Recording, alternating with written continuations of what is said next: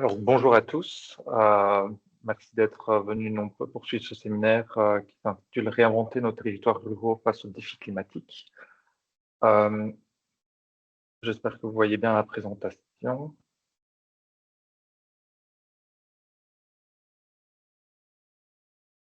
Parfait.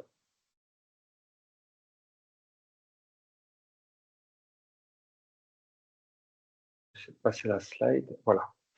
Alors, quelques règles de fonctionnement pour débuter cette présentation. Donc, la présentation est enregistrée. Elle sera remise à votre disposition. Vous pourrez la retrouver par la suite sur la chaîne YouTube du SPW Agriculture Environnement du service public de Wallonie. Tout est enregistré et avec les diapositives. Alors, le fonctionnement aujourd'hui, vous l'avez remarqué, vos caméras et vos micros sont coupés par défaut. Tout ça pour permettre une fluidité dans la présentation. Si vous voulez pouvoir interagir, il y a l'onglet conversation qui existe, mais on vous demandera principalement d'utiliser l'onglet questions-réponses pour pouvoir y indiquer vos questions tout au long de la présentation. On viendra les récupérer pour faire une interaction avec les différents orateurs à la fin de la présentation.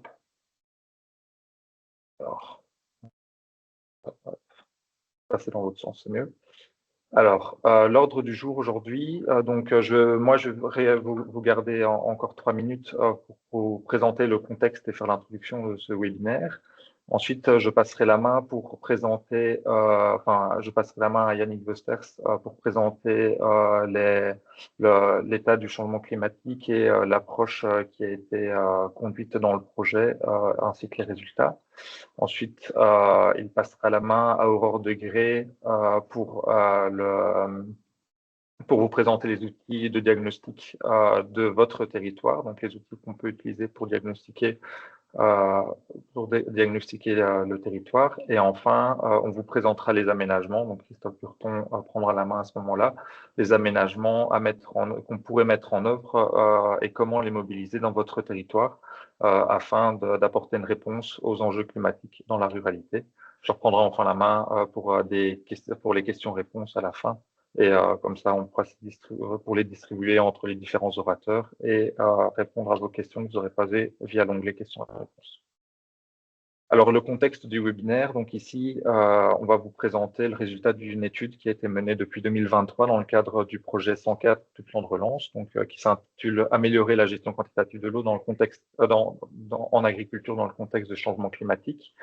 Donc, cette étude a été initiée par la Direction de l'aménagement foncier rural et l'objectif, c'est d'étudier donc deux volets, donc le côté gestion quantitative de l'eau, donc les excès, les pénuries, les inondations, les sécheresses dans le contexte agricole et rural, d'apporter une vision sur le changement climatique, comme je disais, les effets, les pénuries et les inondations, à ces problématiques-là pour essayer d'apporter et d'outiller le territoire pour le rendre résilient vis-à-vis de la gestion de l'eau et donc éviter et limiter tous les impacts négatifs qui pourraient survenir. Alors, la philosophie et la manière dont le projet a été initié et donc ce qu'on va tenter de vous restituer aujourd'hui pour l'appliquer à votre territoire, donc c'est d'apporter tout un volet de diagnostic. Donc, comment identifier les enjeux et les problématiques de notre territoire vis-à-vis de la gestion de l'eau, comment intégrer les différents enjeux et comment prendre en compte ce qui va arriver chez nous dans les années qui vont arriver, donc avec le changement climatique notamment. Et enfin, comment mettre en œuvre des solutions pour préparer et pour que notre territoire soit plus résilient et réactif face à ces changements.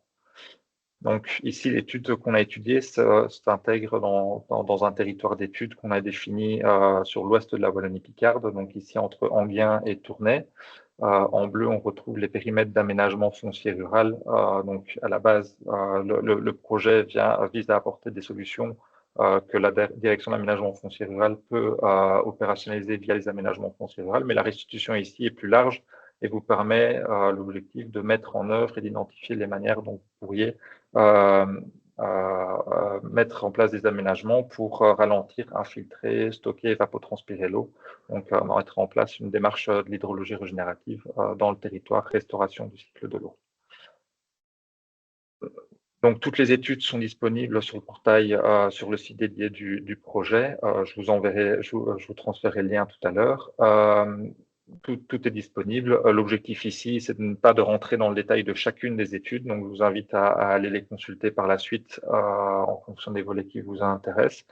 Mais ici, l'objectif, c'est de vous faire voyager dans l'étude pour que vous puissiez mettre en œuvre des aménagements et des idées que nous avons identifiées dans le cadre de notre étude. Je ne vais pas rester plus longtemps. Je vais transférer la main à Yannick Westerst pour vous parler de la suite des défis climatiques et l'intégration de l'étude dans le projet. Merci à lui. Bonjour à tous, je suis donc Yannick Westers. Je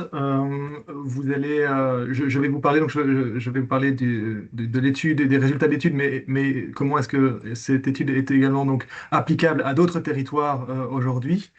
Alors je vais juste essayer de bien pouvoir prendre. Hop, c'est le slide. Et moi. Donc, je vais aujourd'hui vous parler, vous aurez également Aurore Decré de l'Université de Liège qui vous parlera et Christophe Burton de Terre Consult. Voici notre adresse mail. N'hésitez pas à nous contacter également si vous avez des questions par rapport à cette étude à l'avenir. Donc aujourd'hui, concrètement, je vais d'abord vous parler du changement climatique et des impacts, et c'est un petit peu la logique qui a été mise en œuvre dans le projet ici, c'est de partir d'un constat de changement climatique, de faire un diagnostic du territoire, de décider d'une stratégie d'adaptation, et de cette stratégie vont découler des mesures et des actions spécifiques qu'il faudra ensuite localiser sur le territoire. Et donc c'est ce qu'on va parcourir ensemble au cours de l'heure de webinaire qui nous attend. Et je vais commencer tout de suite avec le changement climatique et l'agriculteur en Wallonie. Alors, je pense que je vais être relativement rapide sur cette partie, mais le point de départ, c'est évidemment qu'on parle d'une évolution du climat. Donc, la température moyenne est en augmentation ces dernières années et continuera à être en augmentation jusqu'en 2050 et 2100.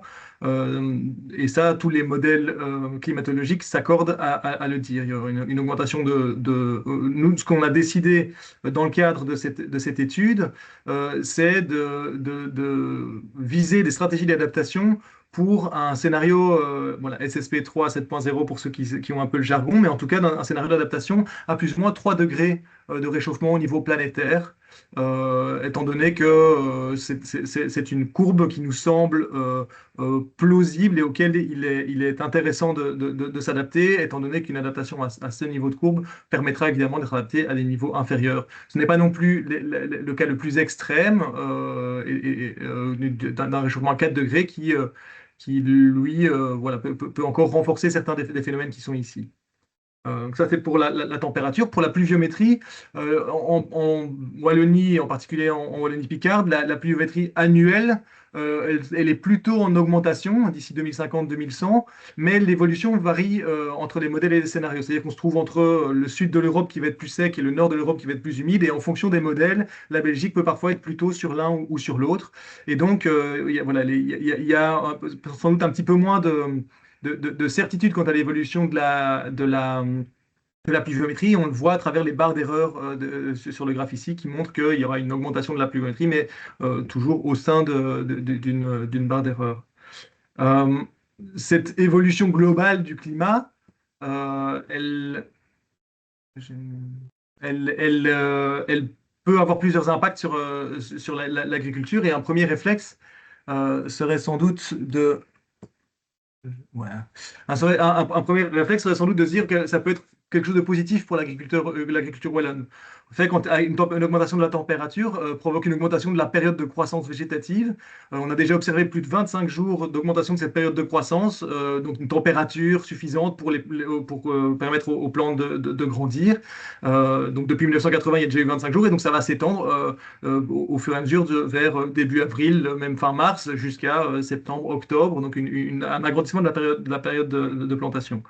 Ça peut aussi potentiellement provoquer, en fait, une concentration de CO2 plus élevée dans l'air stimule la photosynthèse, hein, qui a besoin donc de CO2 pour se réaliser, et donc ça stimule la croissance d'une plante. Et donc ça pourrait potentiellement stimuler et augmenter les rendements agricoles. Mais ça, ce sont donc des moyennes, et en fait, derrière ces évolutions moyennes de température et potentiellement de précipitation, eh bien, ça liste des évolutions saisonnières qui sont plus marquées. Il y a une augmentation, non pas de 1 ou 2 degrés en été, mais une augmentation des vagues de chaleur et des vagues de forte chaleur, avec un nombre de vagues nombre de jours de forte chaleur qui double d'ici 2050, avec potentiellement plusieurs semaines par été, jusqu'à 30 jours, sans passer sous les 25 degrés. Et ça, on va le voir, ça a des impacts significatifs. De même, sur les précipitations, les saisons sont contrastées. Il y a des hivers qui sont généralement, selon les différents modèles, ici MIR, EC3 et MPI, ces différents modèles climatiques. Et selon ces différents modèles, les hivers sont toujours plus humides. Par contre, le printemps, l'été ou l'automne, ça dépend les modèles. Et généralement, l'été, voilà, ça va être plus stable ou parfois plus sec au niveau des précipitations globales sur l'été. Euh, la pluviométrie est aussi modifiée au sein des saisons. Et ça va être important. C'est-à-dire qu'il va y avoir une augmentation des fortes précipitations d'ici 1050. Donc l'intensité des fortes pluies va augmenter. Donc sur les maximums de précipitations journalières, on va avoir une augmentation de 15%. Et aussi sur la fréquence. Donc à la fois sur l'intensité et sur la fréquence. Sur la fréquence des fortes pluies. Donc les fortes pluies qui sont définies avec des pluies de plus de 20 mm sur une journée. Eh bien en automne, elles vont être 2 fois plus fréquentes. Et au printemps, elles vont être 3 fois plus fréquentes. Et à côté de cette augmentation des fortes pluies, eh bien, il y a aussi une augmentation du nombre de jours sans pluie. Et donc, les nombres de jours sans précipitation vont augmenter de 10% en été, et puis après de 5% au printemps et en automne, par rapport aux moyennes historiques. Donc, on voit que même si de manière générale, les précipitations annuelles ne vont peut-être que peu évoluer, eh bien, c'est au niveau de leur répartition sur l'année que ça va avoir un gros impact, des grosses modifications dans les années à venir. Et ces modifications, elles vont avoir évidemment des impacts sur l'agriculture. La première chose, c'est l'impact, l'augmentation du stress thermique. J'ai parlé des jours de forte chaleur. Eh bien, chaque plante a des seuils de température qui vont lui imposer certaines limites. Et au-dessus de ces limites, ces stomates vont se fermer. Il va y avoir une diminution de la photosynthèse, une diminution de la croissance. Il y a des phases spécifiques qui peuvent être impactées, comme la floraison, la tubérisation des pommes de terre, le remplissage de grains, etc. Au-dessus de ces fortes températures, ben, on peut avoir un arrêt de la tubérisation, par exemple, ou des difficultés à remplir les grains. Donc, ce stress thermique peut impacter le rendement négativement. Il y a évidemment un impact très important sur l'élevage aussi, avec la diminution du bien-être. Et puis après, pour les fortes chaleurs, on augmente, hein, au lieu de 25, puis 30, 35 degrés, des diminutions sur le rendement, notamment le rendement laitier, mais aussi des impacts sur le rendement viande, et puis des maladies des animaux, et jusqu'à des morts par stress thermique. Euh, à côté de ce stress thermique, il y a aussi le stress hydrique, parce que l'augmentation de température va augmenter l'évapotranspiration et augmenter les besoins en eau de la plante pour pouvoir se réguler. Mais comme on l'a vu, les précipitations sont moins homogènes et donc il y a une diminution de l'eau qui est disponible pour les plantes.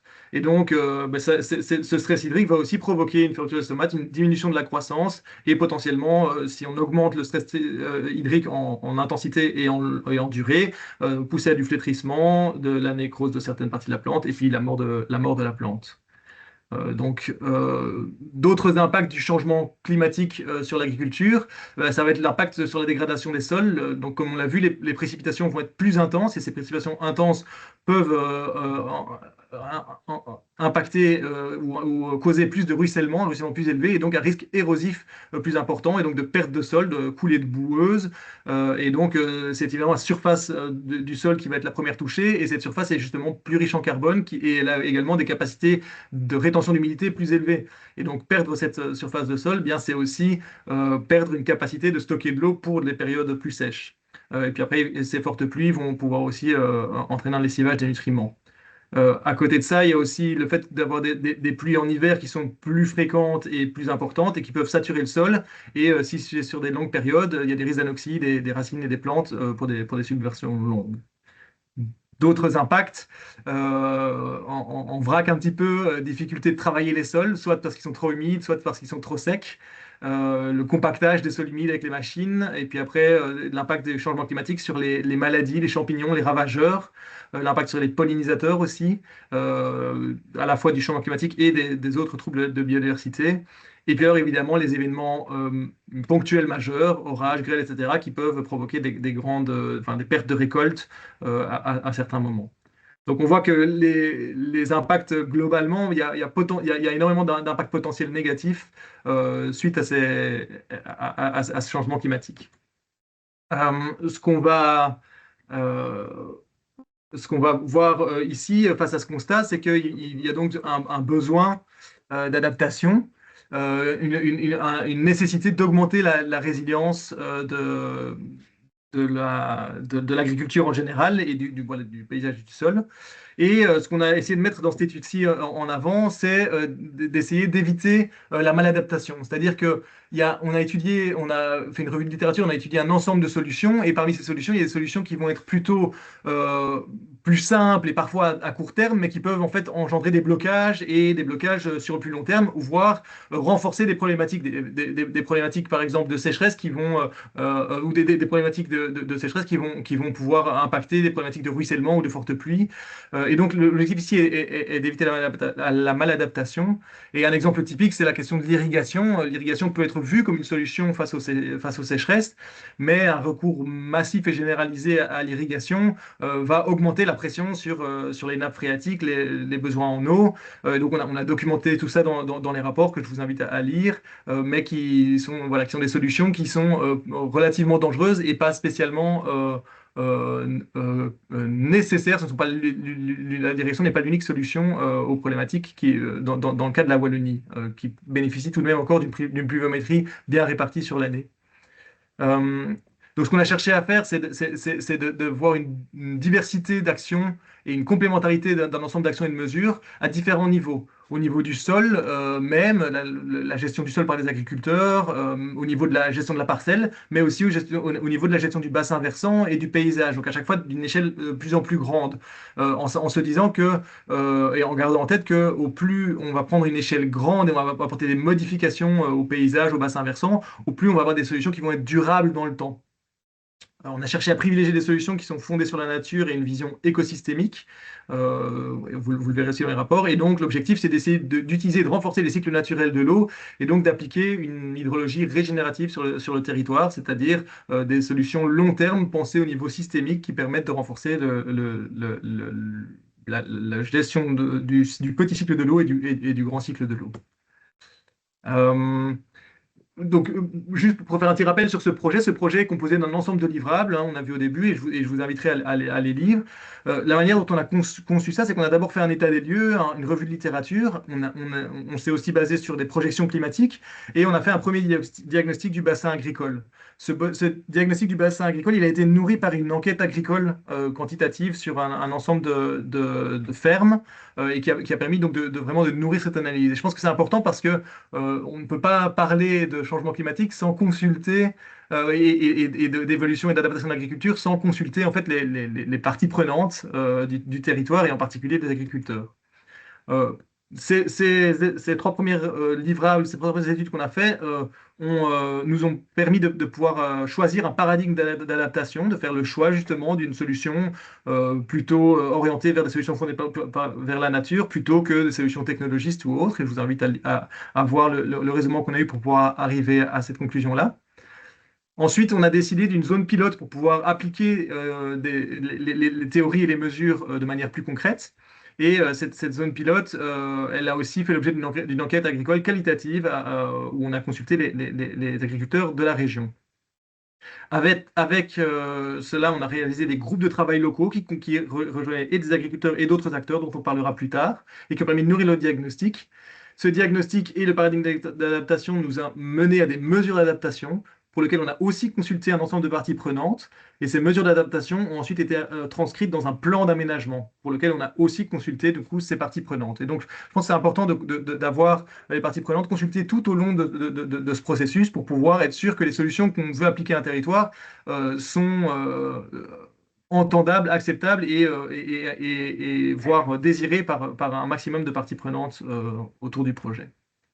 Donc voilà, ça c'est tous les différents livrables du projet que vous pourrez trouver sur le site. Et donc juste pour clôturer peut-être ma première partie, donc on est sorti sur un ensemble de mesures. D'abord des mesures qui vont toucher vraiment la pratique agricole, donc un ensemble de pratiques agricoles et pratiques sylvicoles. Donc il y a des mesures qui permettent de renforcer la résilience du sol à ce niveau-là.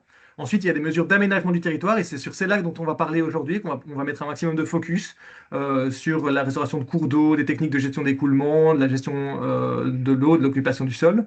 Et puis, il y a tout un ensemble de mesures de support qui ont été identifiées par rapport au contexte économique, la gestion économique et à la recherche, à des facteurs réglementaires.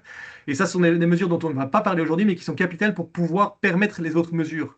En effet, pour demander aux agriculteurs ou aux aménageurs du territoire de réaliser des modifications, eh bien, il va falloir libérer des budgets, reconnaître des externalités, ce genre de choses-là, et financer ce genre de choses. Et pour cela, c'est important que le contexte autour, réglementaire et économique, permette de mettre en œuvre ces mesures. Donc, on en parle en détail dans le livrable 6, on n'en parlera pas aujourd'hui, mais c'est important de le rappeler ici que les solutions ne sont pas uniquement techniques, il y a évidemment des mesures de support qui permettent ces solutions techniques.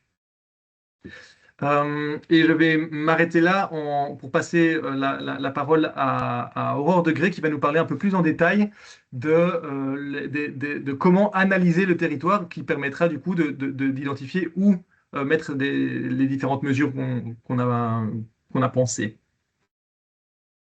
Oui, merci Yannick et bonjour à toutes et tous. Donc moi, je vais effectivement aborder la question de savoir où on va mettre en œuvre ces différentes mesures.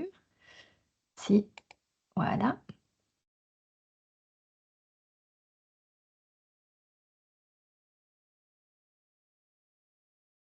Voilà. Donc, dans le cadre de ce projet-ci, on avait vraiment comme ambition de faire une démarche qui pourrait être transposée, qui serait transposée dans un petit peu tous les contextes, mais bien entendu, pour alimenter cette réflexion et cette démarche, on a choisi une zone d'étude, une zone pilote au sein de ce projet, qui fait à peu près 25 km². Vous avez ici la cartographie de cette zone pilote. On est sur des cours d'eau de troisième et de deuxième catégorie qui ont été à certains endroits rectifiés, voûtés, un historique assez classique, je dirais, et des parcelles qui ont été drainées. Ce qui est particulier ici et ce qui était intéressant, parce que ça ouvre une série de possibilités, c'est qu'on est dans une zone qui est couverte très largement par un périmètre d'aménagement foncier rural qui va nous donner quelques opportunités au niveau du travail sur le dessin parcellaire. Et au niveau historique de cette zone, eh bien, elle avait fait l'objet d'un précédent projet, le projet Variane par le parc naturel des Plaines de l'Escaut. Et donc, on avait un certain nombre d'informations, de données sur la manière dont fonctionnait ce territoire préalablement à notre projet. Alors, vous connaissez certainement hein, les cartographies qui sont disponibles sur le portail de la région wallonne. C'est toujours évidemment des cartographies qui sont extrêmement pertinentes et on en a constitué tout un atlas où on est allé refaire des cartographies précises des sols en s'intéressant particulièrement à la texture des sols, mais aussi à leur capacité de drainage naturel. Ça, c'est une des informations qui est donnée sur la carte numérique des sols de Wallonie. C'est la fameuse deuxième petite lettre du code de la carte des sols qui permet de différencier les sols qui naturellement vont avoir tendance à se drainer facilement, des sols qui en revanche vont avoir tendance à se drainer avec plus de difficultés. On va voir apparaître des taches de glais, d'hydromorphie. Donc ça, c'est des informations qui existent dans la cartographie et qui donnent déjà une première information sur la manière dont fonctionnent des sols. Il faut se rappeler un peu de l'historique, il faut se rappeler que ces cartes, elles sont anciennes, elles ont été faites il y a plusieurs dizaines d'années, mais néanmoins, c'est quand même une excellente base avec un très fin niveau de détail. Il y a également la possibilité sur cette carte des sols d'aller identifier des traces anciennes d'érosion, c'est-à-dire de voir les sols qui ont été marqués par l'érosion par le passé. Les cartes de pente, de concentration des flux d'eau, donc les cartes qu'on appelle les axes de ruissellement ou les LIDAX, sont aussi des informations que je pense vous connaissez toutes et tous et qui sont extrêmement intéressantes pour pouvoir lire un territoire. Il y a la carte de sensibilité à l'érosion des sols qui donne un petit peu les facteurs intrinsèques, c'est-à-dire qu'on ne peut pas changer, liées à la précipitation, liées à la forme du paysage, liées à la sensibilité du sol. Donc c'est un ensemble de cartographies, il y en a beaucoup d'autres que l'on a rassemblées et constituées. Et on avait ajouté à cela des observations du projet Variane qui étaient disponibles, l'enquête agricole et des informations qui venaient du groupe de travail local que Yannick vous a présenté. Ce qu'on a essayé de faire, au-delà de ces cartographies qui existent déjà, c'est d'aller un petit peu plus loin et de constituer des cartes supplémentaires qui seraient des indicateurs pertinents pour notre réflexion. Alors, je suis désolée, mais il y a vraiment un temps de réponse très lent. Et j'essaye d'avancer dans la présentation, mais sans succès. Ah voilà. Donc on a voulu en effet développer de nouveaux indicateurs avec une double lecture parce qu'on ne va pas se mentir, dans notre région, on a un historique de gestion des excès d'eau, on a un historique de gestion des coulées boueuses, des inondations par ruissellement et ou par débordement, même si ce n'est pas le contexte ici. On a beaucoup moins d'historique de gestion des manques d'eau, des sécheresses, et ça c'est quelque chose auquel on doit se préparer de plus en plus, comme Yannick vous l'a présenté. Au niveau des indicateurs supplémentaires par rapport au fonctionnement du bassin versant, on a d'abord cartographié un indice de connectivité. Alors, qu'est-ce que ça veut dire?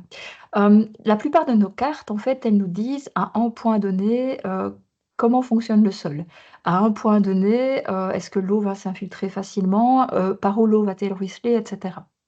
Mais ce qu'on voulait, c'est avoir une carte qui nous donne une information sur la facilité avec laquelle l'eau et les sédiments vont, depuis ce point donné, rejoindre l'exutoire du bassin versant.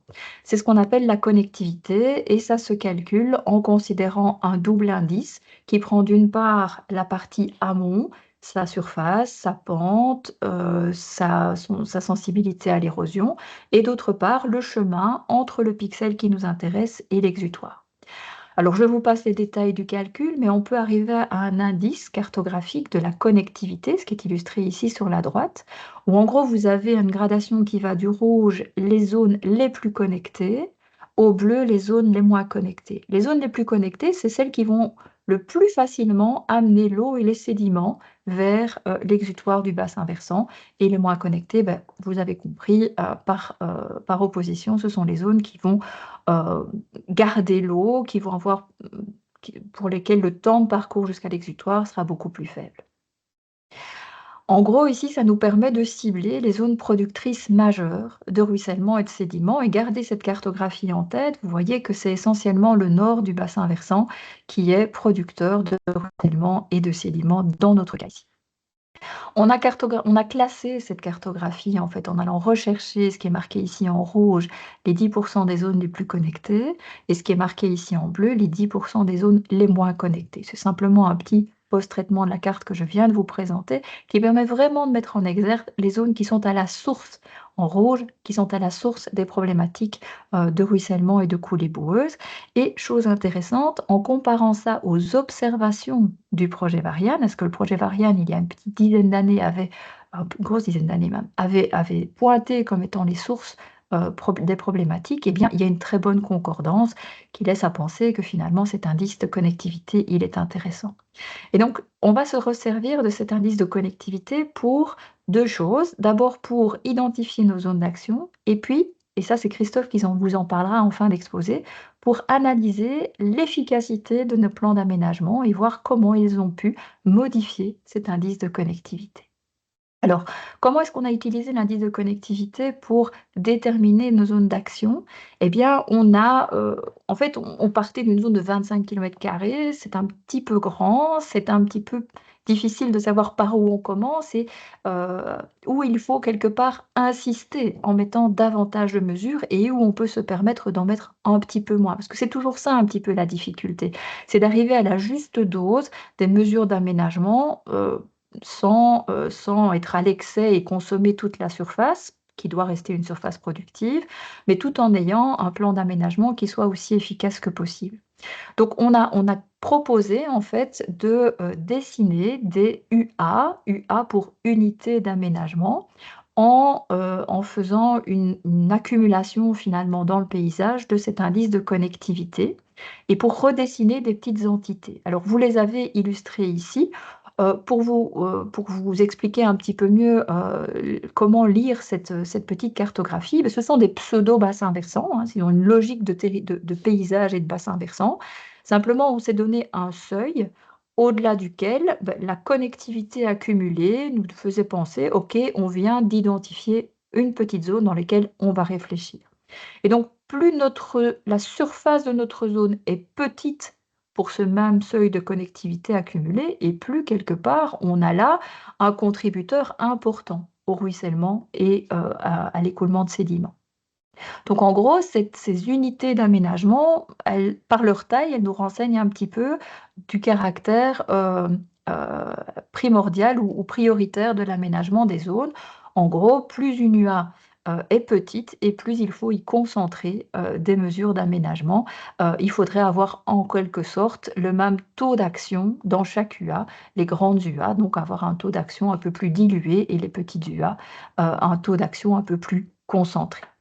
Ça, c'est une proposition que l'on a fait dans le cadre de ce projet, à laquelle on s'est tenu pour la proposition globale du plan d'aménagement qui vous sera détaillée juste après. Je clôt ici du coup le chapitre un peu excédo. On a voulu aller un petit peu plus loin, on a voulu un peu aider à driver le positionnement des mesures, mais on savait que dans le cadre de ce projet-ci, une chose absolument importante à prendre en considération, c'était aussi les manques d'eau. Comment identifier les zones dans lesquelles on a potentiellement des sécheresses plus importantes ou des problématiques liées à ces longues périodes sans pluie, à ces températures élevées et donc à un manque d'eau. Donc pour ça, on a proposé également une cartographie de la réserve en eau utile. Alors qu'est-ce que c'est? Eh bien, c'est simplement le stock d'eau qui peut être maintenu dans le sol et qui peut être prélevé par les plantes.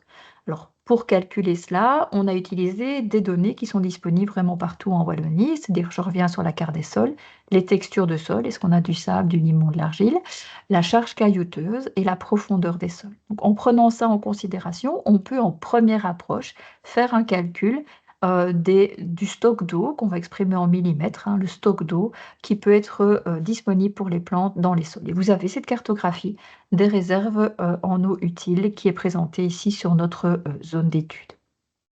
Alors, ça va nous permettre d'identifier les zones qui seront potentiellement plus sensibles à des sécheresses. Et vous voyez ici que, grosso modo, sur l'ensemble de la zone, où on est plutôt dans les tons de bleu et de vert, on a des réserves en eau utile qui sont assez confortables. Si on faisait ce même exercice dans des sols courts ardennais où il y a beaucoup de pierres et de cailloux, eh bien, on aurait des valeurs beaucoup plus faibles et on pourrait mettre en évidence des zones qui sont extrêmement sensibles par rapport à ces périodes de sécheresse. Donc on parle bien ici de sécheresse agricole ou de sécheresse édaphique, c'est des moments où la plante, la culture va être en souffrance parce que ses racines n'arrivent pas à capter suffisamment d'eau. Alors ça, c'est une approche cartographique, c'est une approche qui est basée sur la carte des sols. On a voulu confronter cette approche cartographique à une approche observée, c'est-à-dire une approche de l'état de stress des végétaux sur base de leur état sanitaire finalement au moment de période de sécheresse. Alors,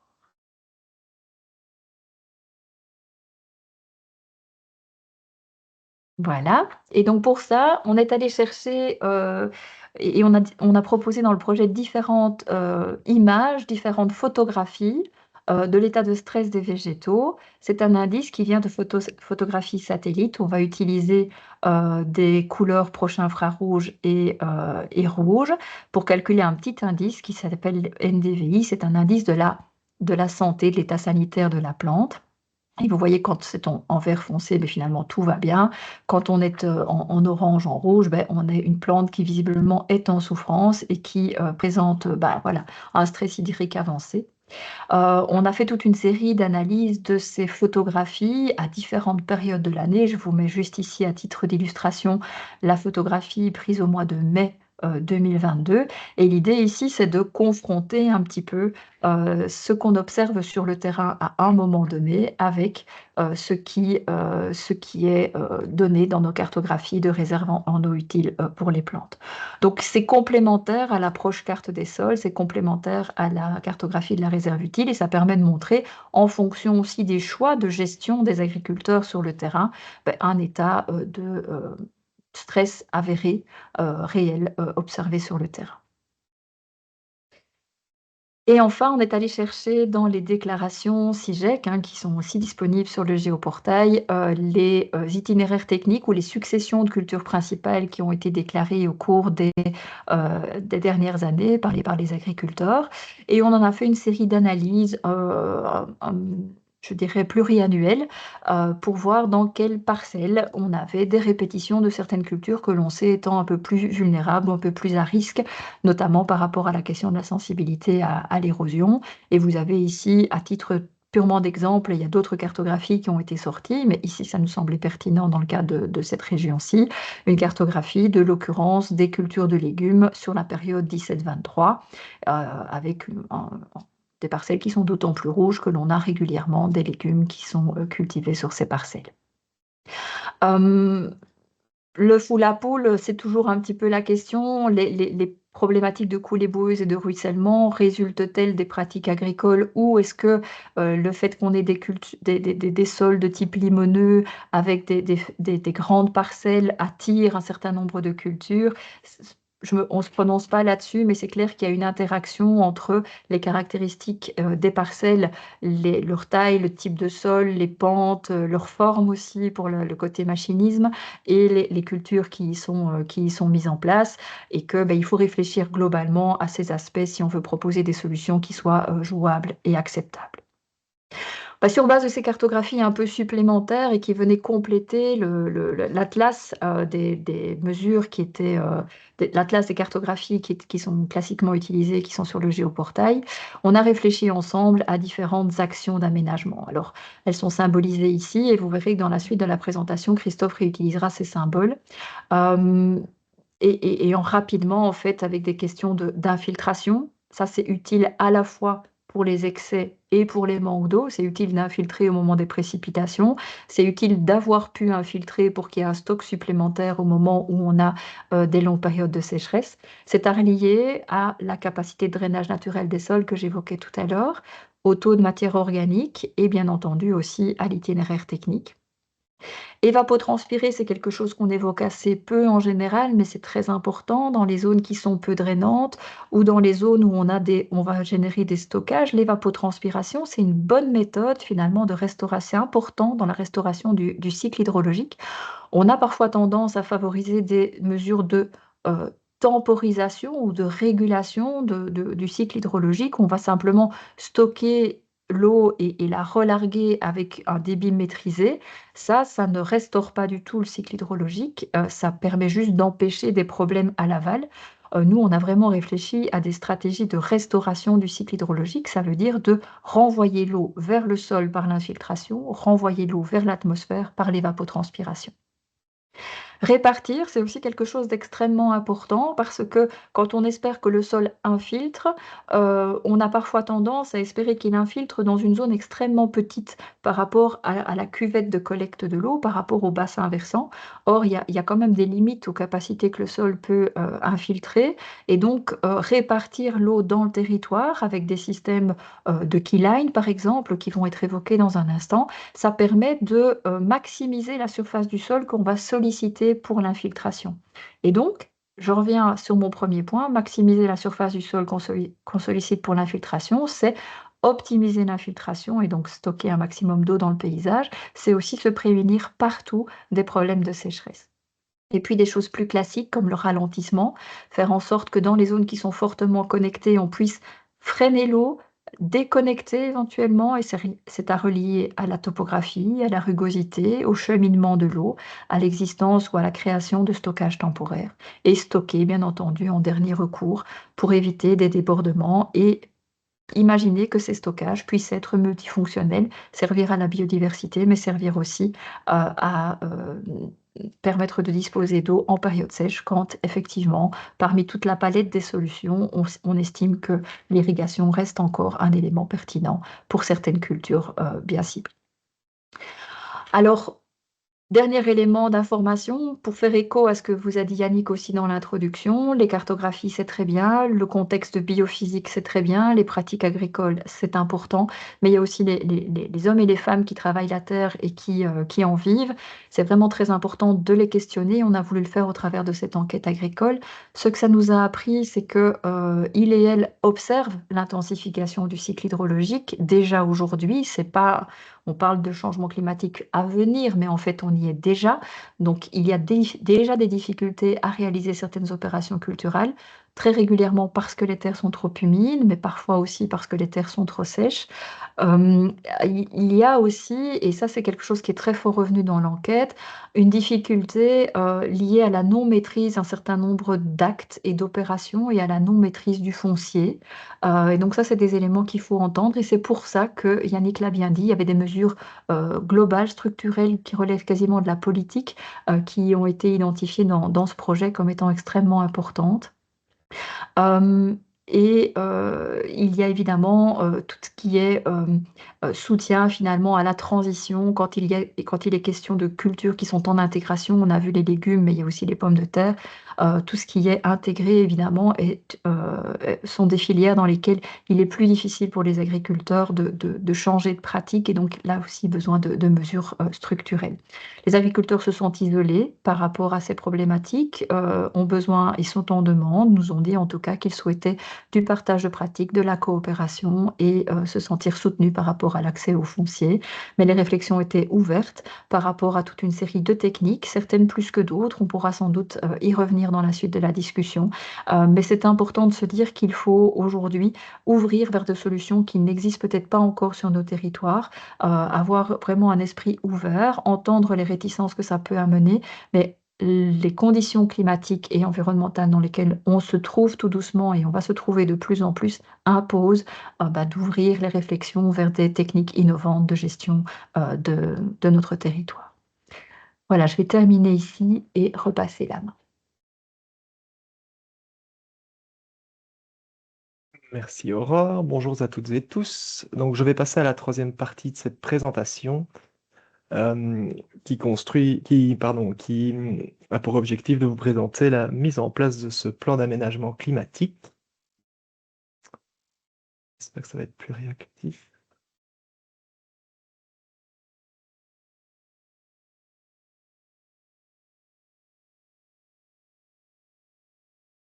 Apparemment non.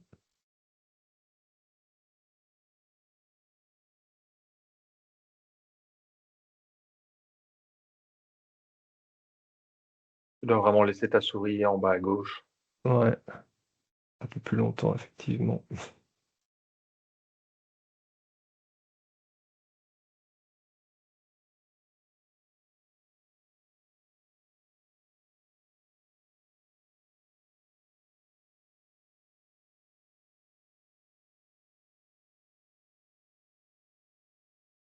Pour un certain temps, hein, mais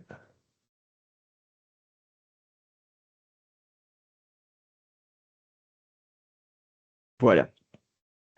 Donc, je vais d'abord passer en revue rapidement la démarche finalement qui nous ont amené à ces plans d'aménagement climatique. Et puis alors, on rentrera dans le concret avec les exemples de mesures qui ont été mises en place pour certaines unités d'aménagement. Donc d'abord, pour pouvoir produire et appliquer ces différentes mesures, on a mis en place toute une série de boîtes à outils. Selon certains principes globaux qu'il faut bien retenir, d'abord, on voulait quelque chose d'opérationnel, c'est-à-dire que les acteurs de terrain puissent mettre en place relativement facilement. Alors, certaines mesures sont un peu plus complexes et demandent certains dimensionnements, mais la plupart sont assez faciles à mettre en place. On cherche aussi à avoir quelque chose de multifonctionnel et donc on cherche à multiplier les services écosystémiques de chaque aménagement. Donc nous, notre focus, c'était plutôt sur la résilience, inondation et sécheresse, mais évidemment, les mesures qui sont proposées touchent à toute une autre série d'aspects, biodiversité et autres. Alors, on cherche aussi une cohérence dans le territoire, donc ça, Aurore l'a bien expliqué, mais l'objectif n'est pas de suréquiper un territoire en mesure, mais plutôt d'aller chercher finement les endroits où elles sont essentielles à être mises en place et d'avoir un juste dosage de manière globale. Alors, on a aussi quelque chose de reproductible. Donc ici, on est sur un territoire, on est en Wallonie-Picarde, on a évidemment une priorisation de certaines mesures en fonction du contexte, mais la démarche globale et les mesures qui sont présentées sont finalement applicables dans la plupart des régions, qu'on soit en territoire écologique de type ardennais, pays d'Herve et autres. Donc on cherche aussi ici à avoir quelque chose d'évolutif et pas spécialement une révolution, parce que la plupart des mesures en fait ont déjà été testées sur le territoire.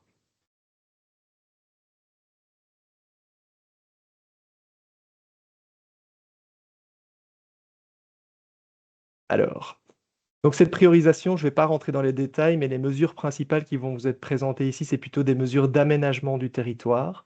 Les mesures agricoles et sylvicoles sont dans un contexte assez spécifique, et les mesures de support sont plutôt d'ordre politique, même si elles sont très importantes à développer en parallèle. Donc je vais vous présenter par la suite les mesures, et donc je vais reprendre les différents petits logos que Aurore vous a présentés pour montrer quelle mesure est plus ou moins active en fonction du contexte hydrologique. Il faut aussi préciser que ces mesures peuvent être soit systématiques, soit contextuelles, c'est-à-dire qu'en fonction de certains éléments du paysage, on va appliquer des mesures systématiques, par exemple restaurer des bandes riveraines le long des cours d'eau, ou bien au cas par cas, on va proposer de mettre sur un territoire en particulier des keylines. Alors, on revient sur cet aspect parce qu'il nous semble très important, c'est que toute cette mise en œuvre d'un plan climatique intègre un grand nombre d'acteurs qui ont été intégrés, comme vous avez pu le voir, via ces groupes de travaux locaux au fur et à mesure de l'élaboration de notre démarche et des plans d'aménagement. Mais il va être très important aussi lors de la mise en œuvre de pouvoir mettre autour de la table les acteurs. Donc, je vais également les citer au fur et à mesure que les mesures vous seront présentées. Alors, le principe général de cette logique d'aménagement, c'est qu'on va se baser sur des éléments du territoire. Ces éléments sont directement, donc ce sont un peu des vecteurs, des vecteurs d'amélioration qui vont, en fonction de leur position par rapport au bassin versant global, nous permettre d'appliquer l'une ou l'autre mesure. Donc, pour ça, on a mis en place des clés de choix qui vont également vous être présentées par la suite, mais il faut bien retenir qu'à la base, on part de ces différents éléments du territoire. Donc, voilà un exemple de clé, hein. Ici, c'est pour l'application de certaines mesures autour du cours d'eau. Donc, dans ces clés, c'est toujours la même manière de les élaborer. On a l'élément structurant de base.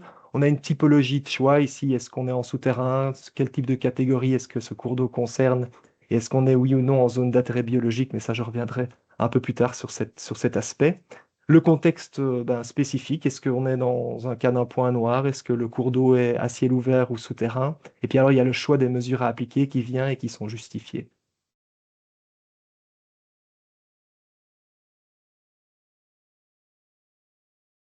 On peut y aller.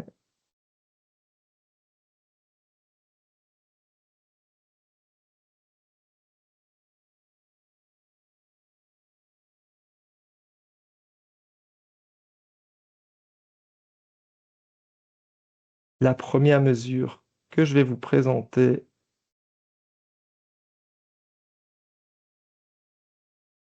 ça concerne les axes de ruissellement, mais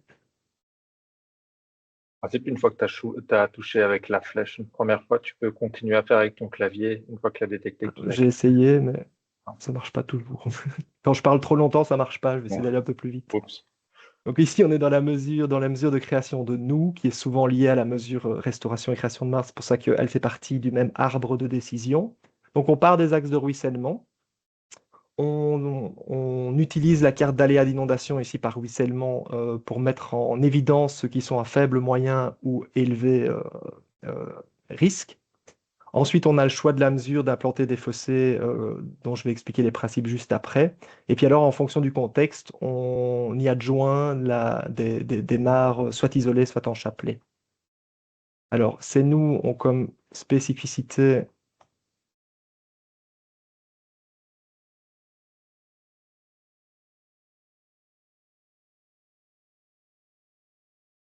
Donc, une noue, en fait, c'est une dépression au niveau du territoire qui va être située sur l'axe ou alors, en fonction du contexte, légèrement relocalisée pour éviter justement qu'il y ait une pression trop importante sur l'exploitation agricole. On va donc avoir une zone qui va être linéaire, avec des redans. Donc des redans, ce sont des petits pré-barrages qui vont être placés tous les X mètres en fonction de la pente sur lesquels ces noues ou ces fossés infiltrants sont placés. Donc au niveau de ces effets hydrologiques, ben là, on touche un peu à tous les aspects de l'hydrologie régénérative. Au niveau des acteurs, on a évidemment le propriétaire et l'exploitant agricole ou forestier. On a également souvent d'autres acteurs comme les services publics ou les gestionnaires de certains cours d'eau, dont les non classés. Alors ici, dans notre contexte euh, de Wallonie-Picarde, on avait par exemple les Watrins qui est une association qui gère certains cours d'eau non classés, qui sont souvent des, des cours d'eau de type drain. Et donc, ils doivent évidemment être intégrés dans la réflexion parce que parfois, ça touche des ouvrages qui sont gérés par d'autres structures que simplement l'exploitant ou le propriétaire. Donc, dans un premier cas, on va se placer sur ces fameux axes de ruissellement. Et ensuite, on a de temps en temps l'opportunité dans des cours d'eau de type non classé intermittent de les aménager aussi de cette manière-là.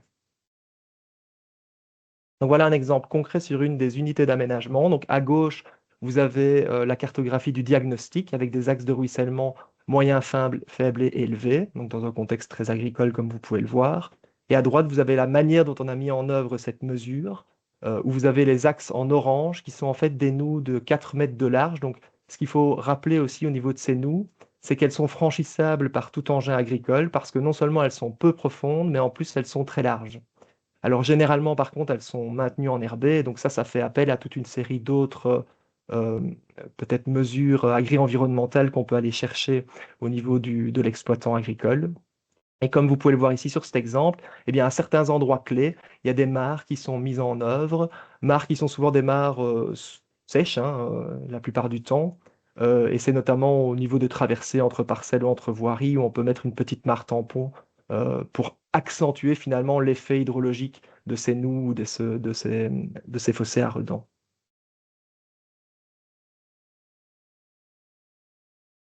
Et dès que je parle un peu trop longtemps, il n'accepte plus que j'appuie.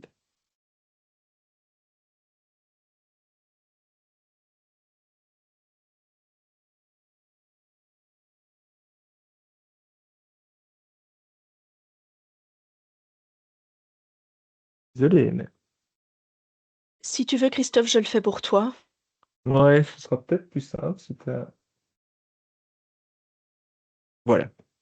Donc un autre exemple, mais plutôt illustré, vous avez à gauche ces fameuses noues à redans qui sont dans notre contexte un petit peu plus large que celles qui sont ici, mais ça donne un bon exemple à quoi peut ressembler le territoire. Ici, notamment sur la première image, c'est couplé à une haie qui va être mise en place et puis à une mare dans le fond qu'on peut voir. On peut passer à la dia suivante.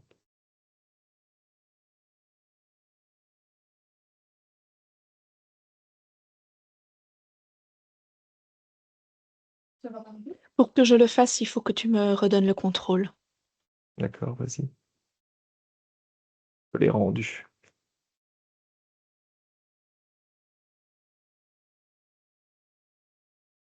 Merci. Donc, la mesure suivante, c'est cette fameuse mise en œuvre de ces mares isolées ou en chapelet. Donc, de nouveau, là, on va avoir un effet très favorable sur la plupart des principes de l'hydrologie régénérative. Donc, je rappelle, hein, c'est infiltrer, évapotranspirer, répartir dans le paysage les excès d'eau, ralentir les ruissellements et puis stocker lorsque c'est possible. On va ici avoir des acteurs, un nombre d'acteurs un peu plus restreint, c'est plutôt le propriétaire et l'exploitant foncier.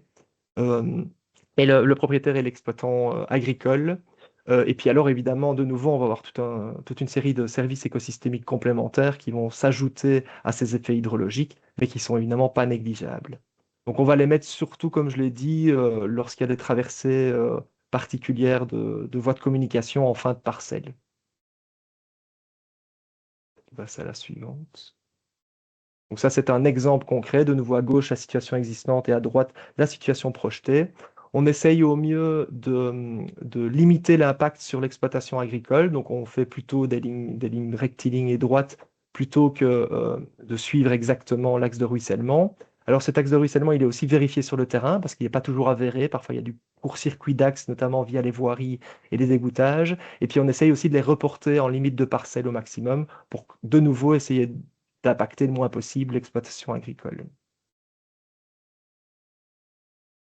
Voilà encore quelques exemples de la mise en œuvre de ces mares, hein, et de ce report d'axes en bordure. Parfois, ces axes sont d'ailleurs couplés à des fossés existants le long des voiries, ce qui permet d'avoir un effet cumulatif avec d'autres mesures qui avaient été proposées de gestion intégrée des eaux pluviales. Alors, la mesure suivante, c'est le bouchage de drains. Alors ça, c'est une mesure un peu particulière. Donc voilà l'arbre de décision qui ont mené au choix ou non de mettre en place cette mesure. Donc là, on est sur des contextes plutôt écologiques marginaux, on appelle ça. Donc c'est une cartographie qu'on peut trouver aisément via Wallon Map. On est plutôt dans le contexte ici sur des zones hydromorphes, donc des sols plutôt hydromorphes. Donc ça veut dire qu'ils sont très peu productifs à la base. Dans ce cas-là, ben, on va identifier si on est plutôt en forêt ou en culture prairie au niveau de l'occupation du sol.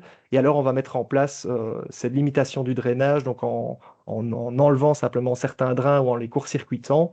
Et on va souvent coupler cela à des mesures de type restauration de forêt humide ou de prairie humide. Prairie et forêt humide différentes de la prairie alluviale qui est souvent le long d'un cours d'eau. Ici, on parle bien de zones qui sont un peu plus humides, de par la présence d'une résurgence ou par un ruissellement concentré assez régulier. Alors, tu peux passer à la dia suivante. Cette mesure, donc, elle a pour principe de restaurer finalement ce milieu humide qui a généralement été drainé historiquement. Donc, elle a de nouveau des effets hydrologiques qui sont assez globaux. Par contre, au niveau des acteurs, on va de nouveau retrouver, en plus de l'exploitant et du propriétaire, ben, certains gestionnaires du cours d'eau, parce que certains drains dans la région ici qui nous occupe ben, sont de nouveau sous la gestion des wateringues. Mais on peut aussi avoir certains non classés, intermittents, qui sont nécessairement, enfin, où il est possible d'intervenir. Il y a quand même un gros point d'attention sur cette mesure et il faut une vérification de terrain et même en collaboration avec certains services. C'est qu'on s'est rendu compte qu'il y avait souvent contamination finalement de ces drains par un rejet d'eau usée. Alors soit c'est des trop-pleins, soit c'est une mauvaise épuration puisque c'est des zones assez rurales où on est plutôt en épuration individuelle. Et dans ce cas-là, il faut traiter évidemment à la base ce problème d'épuration ou alors éviter de reboucher ces drains. Vous allez avoir une stagnation et peut-être une contamination à un endroit qui n'est peut-être pas approprié, ou alors il faut intervenir avec d'autres pratiques de phytoépuration, mais ça sort un peu du contexte que nous, on avait à étudier ici. Alors l'exemple sur la dia suivante, elle est de nouveau dans une unité d'aménagement sur la zone pilote. Donc ici, vous avez plusieurs points qui sont identifiés en A, B, C, D et E et même F. Donc d'abord sur la partie, sur la photo de gauche, donc au niveau du point A, ben, on avait des axes de ruissellement. Alors on aurait pu mettre en œuvre la mise en œuvre de ces noues à redans, sauf qu'on s'est rendu compte ben, que la plupart de l'eau sur cet axe était captée par l'égouttage, et donc au niveau des parcelles qui étaient étudiées, le fossé drainant n'était plus nécessaire. Il n'y avait aucune trace non plus sur le terrain d'érosion, aussi bien au point A qu'au point B. Alors, il y a eu des habitations qui ont été construites, donc il y a probablement quelque chose à aller chercher de ce côté-là. Par contre, au niveau du point C et au niveau du point D, là, on avait bien des axes effectifs et donc on a mis en place des noues à redans à ce niveau-là. Et alors, vous voyez en vert clair et puis en vert de deux couleurs sur la partie de droite, c'est l'identification de ce fameux contexte marginal. Donc là, on est dans des sols hydromorphes. On a une partie forestière au sud et une partie plus prairiale au nord. Et donc là, on a proposé de restaurer des forêts humides, enfin une forêt humide et une prairie humide, en bouchant les drains qui sont en pointillés rouges sur la dia de droite. Puis quand on va voir un petit peu plus loin, on a quand même un bel exemple avec différentes mesures ici. On a une zone, un petit cours d'eau qui était ici, qui était en fait un cours d'eau non classé, mais qui est aussi un drain, qui est également rebouché, avec une remise à ciel ouvert quand même d'une toute petite partie à la fin de ce cours d'eau, mais on verra ça un peu après aussi. On passe aux deux mesures suivantes, donc, qui sont plus classiques. C'est la plantation de haies et ou d'arbres d'alignement. Donc là, on part de l'élément structurant paysager que sont les haies et les alignements d'arbres existants. On a deux manières d'aborder ici la mise en œuvre de ces mesures. Soit on est dans une discontinuité du maillage écologique, donc du maillage vert. Donc là, on a une analyse un peu plus globale au niveau du territoire.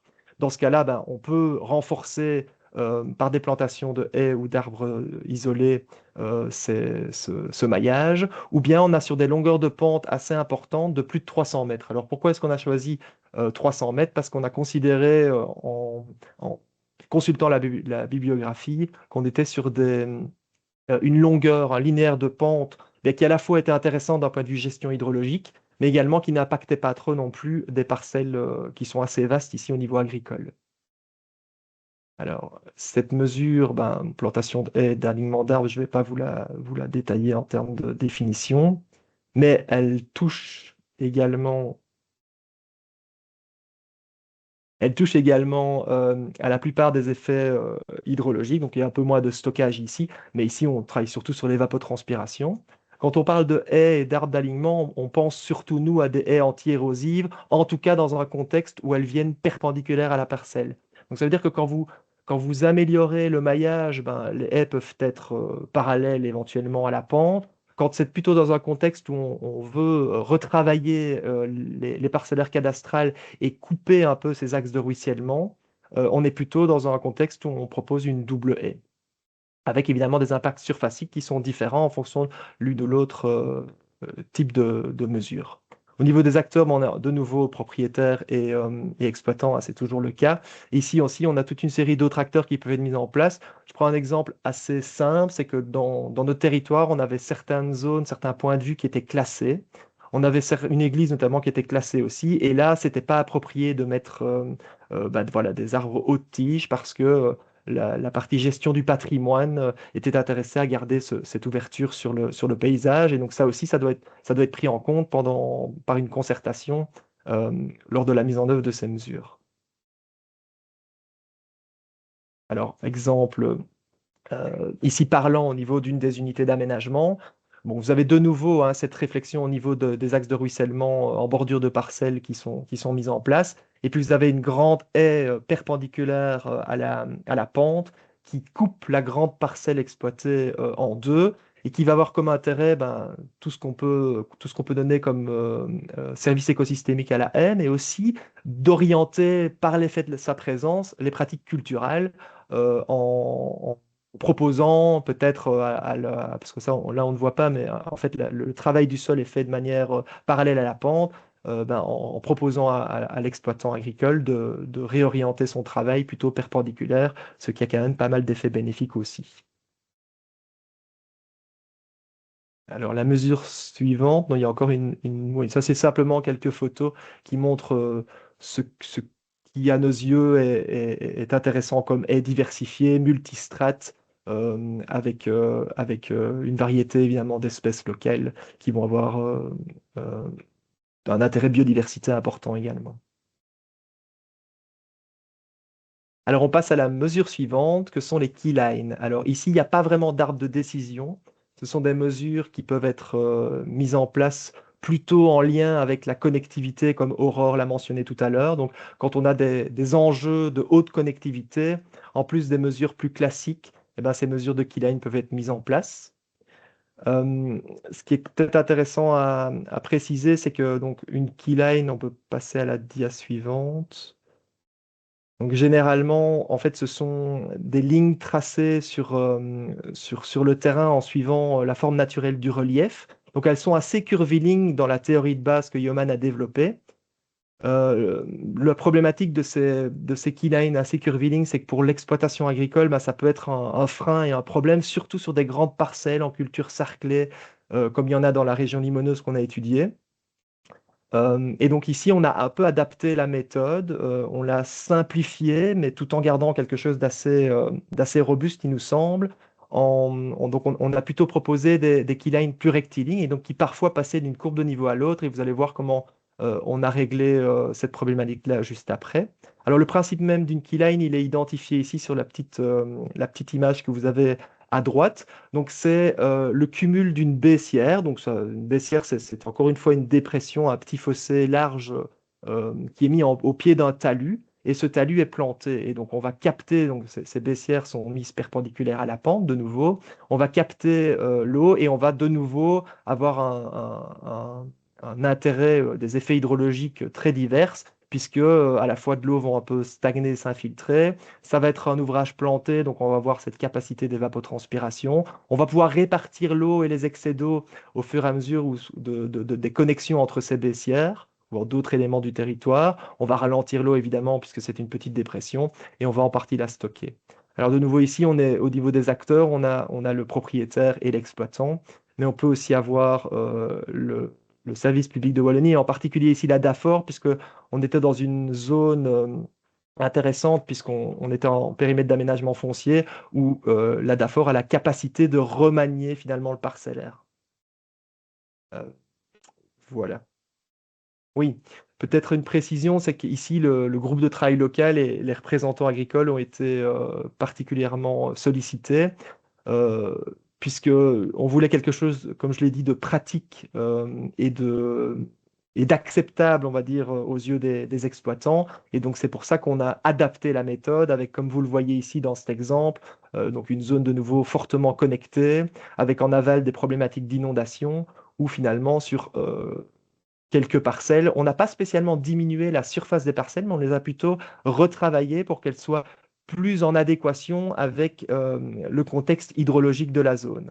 Et donc là, il y a une grande keyline qui fait fi de finalement un axe de ruissellement central où il y a une noue et qui passe d'un côté à l'autre d'une voirie. Donc on essaye de ne pas prendre en compte non plus les éventuels autres éléments du paysage que sont les axes de communication, mais il faut vraiment y avoir une vue globale pour pouvoir mettre en œuvre ce type d'ouvrage. La dia suivante va montrer, voilà, l'application. Donc, il y a une unité d'aménagement qui a été particulièrement touchée par cette mesure, aussi par son contexte de risque d'inondation. Donc, on est juste à l'amont d'un village où on a très, très régulièrement des inondations. Et donc là, ça s'avérait intéressant de retravailler ce parcelleur un peu plus en profondeur, en plus des mesures plus classiques, on va dire, en mettant en place ces keylines. Donc, vous pouvez le voir, c'est pas non plus des aménagements qui sont faits et qui envahissent la totalité du territoire. C'est plutôt une logique globale de réaménagement de ces espaces pour qu'ils soient plus en adéquation avec un contexte hydrologique et un risque sécheresse et inondation. Alors, on passe, donc, on a une logique d'aménagement d'un bassin versant, donc c'est-à-dire qu'on passe petit à petit de l'amont du bassin versant et on va vers l'aval. Donc on arrive ici au niveau de linéaire de cours d'eau. On va avoir plusieurs mesures qui sont liées à cet élément structurant. Donc on va avoir des mesures de type remise à ciel ouvert, des mesures de type reméandration de cours d'eau et des mesures de type renforcement de la bande riveraine. Donc ici on est plutôt sur la partie reméandration de cours d'eau. Qui va en fait être fortement lié, on ne va pas pouvoir faire ça partout, qui va être fortement lié à l'indice ce qu'on appelle un indice de sinuosité. Donc l'indice de sinuosité, c'est ce qui donne en fait la rectitude et l'anthropisation d'un cours d'eau. Hein. Vous le savez, pendant les dernières décennies, on a plutôt eu tendance à faire aller la goutte d'eau le plus vite possible vers l'aval. Et donc on a aussi rectifié les tracés des cours d'eau et reméandrer, c'est redonner une certaine sinuosité au cours d'eau. Et donc sur la dia suivante, on va voir justement cette définition. Ici, on a moins d'impact au niveau de l'évapotranspiration. D'autres mesures viendront complémentariser cette reméandration et répondre à cet effet hydrologique bénéfique. Mais par contre, on a un très grand nombre d'acteurs impliqués parce qu'on a non seulement le gestionnaire en tant que tel qui peut être divers en fonction du classement du cours d'eau. On a évidemment les propriétaires fonciers qui sont de part et d'autre de ce linéaire, et puis l'exploitant en tant que tel. Et donc, on applique uniquement ce type d'aménagement dans un contexte où on est dans une zone d'intérêt écologique intéressant en milieu ouvert et où l'indice de sinuosité est très faible. Donc, concrètement, qu'est-ce que ça va donner? On va le voir sur la dia suivante.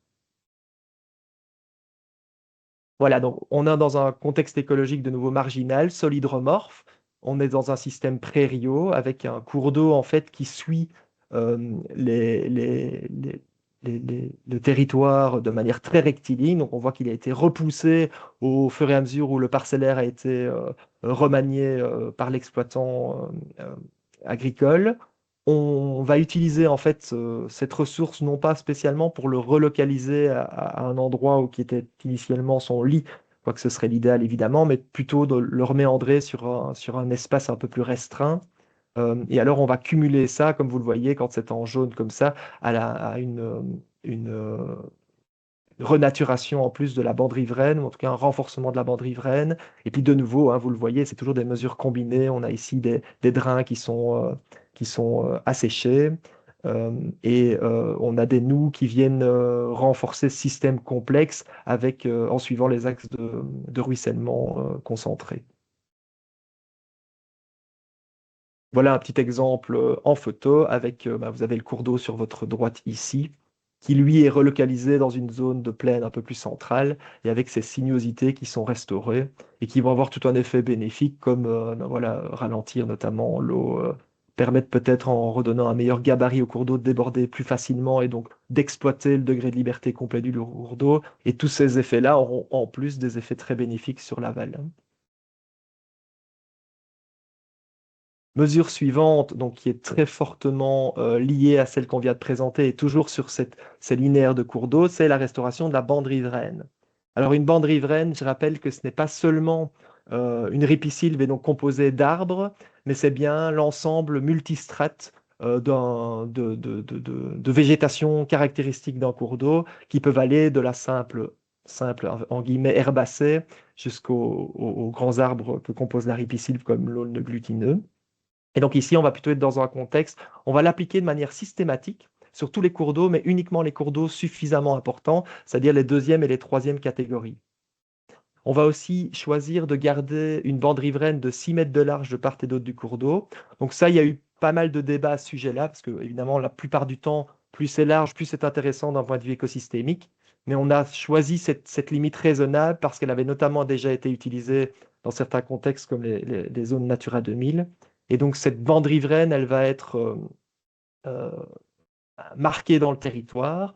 Ça va parfois être une perte pour l'exploitant agricole puisque généralement la législation actuelle demande de clôturer la plupart des cours d'eau, mais plutôt sur 0,5 à 1 mètre de large par rapport à la crête de berge. Donc c'est certain qu'on prend un peu plus de place, mais nous on part du principe quand même que ces zones sont de toute façon généralement moins productives, qu'il y a certaines choses qui ne peuvent déjà pas y être mises en place comme certains produits phyto, comme les produits phyto. Et donc, c'est une zone à exploiter qui est intéressante et qui va apporter beaucoup de bien, beaucoup de points positifs.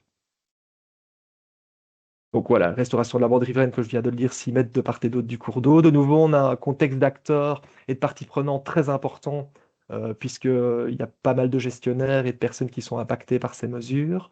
On a des effets hydrologiques voilà, qui répondent parfois mieux à certains aspects qu'à d'autres, même s'ils sont quand même présents. Et donc le critère d'application, je le rappelle, c'est soit dans les premières catégories, mais si on n'en avait pas ici, et surtout sur les 2 et 3e catégories, partie ciel ouvert, évidemment. Voilà un exemple concret. De nouveau, on est dans un cours d'eau sur le bassin versant qui a été étudié.